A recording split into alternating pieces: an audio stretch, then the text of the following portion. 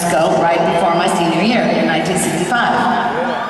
So, I go to a party one night and I meet, well, I don't really meet him. Lindsay is sitting in a chair singing a song, California Dreamin'. And I walk up uninvited and burst into song as I have been known to do. And I know the harmony, so I sing it pretty good. And the song's over and I walk away and then I never see Lindsay again for 2 years. And I get a phone call from a very friendly voice on the other side of the phone that says, his name is Bob, and he says, hi, my name's Bob, and I was wondering if you would like to join my band and Lindsay Buckingham's band, and I didn't know any of these people, so I'm like, well, sure, why not? I'm at the end of my second year of college, what kind of band is it?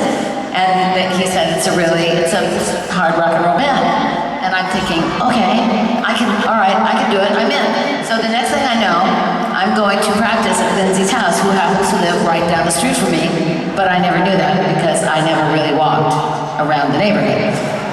So, we're practicing 4 times a week, and we're playing 2 times a week. This is big. We are making really good money, and we are opening for very, very big bands, such as Jimi Hendrix for 75,000 people. We opened for Santana right before the Woodstock movie came out at Monterey Carmel for thousands and thousands of people. We opened for Janis Joplin several times for 30,000, 40,000 people. We opened for Creedence Clearwater in Lodi and got stuck in Lodi with Creedence Clearwater because our car broke down. That is only 4 of the bands that we opened for. It was the best time of our life. It was San Francisco. It was where all the artists and the music was. It was the place to be, and we were right in the middle of it. So anyway, there was this rumor that there was a clothing store downtown San Francisco called the Velvet Underground, and this was where all the famous rock and roll women got their clothes. So I said, I have some extra money, so I'm going to go up there and I'm going to buy something to wear on stage. So I did. And I get there and I walk into this really beautiful little store that's about as big as this spotlight. And I know immediately that there's nothing in this store that I can afford.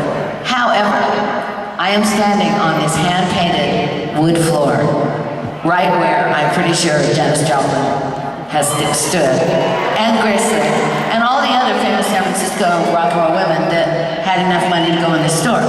So I'm thinking, I'm having a premonition. I'm feeling like, you know what? There's going to come a time when I can walk into the Velvet Underground and I'm going to be able to buy something and I'm going to be able to afford it. And I felt this very strongly. And when I walked out of that little store that day, I said to myself, something is different. You're a different woman. And something's coming. And obviously what was coming was this, was John and Mick and Christine and Lindsay. We met.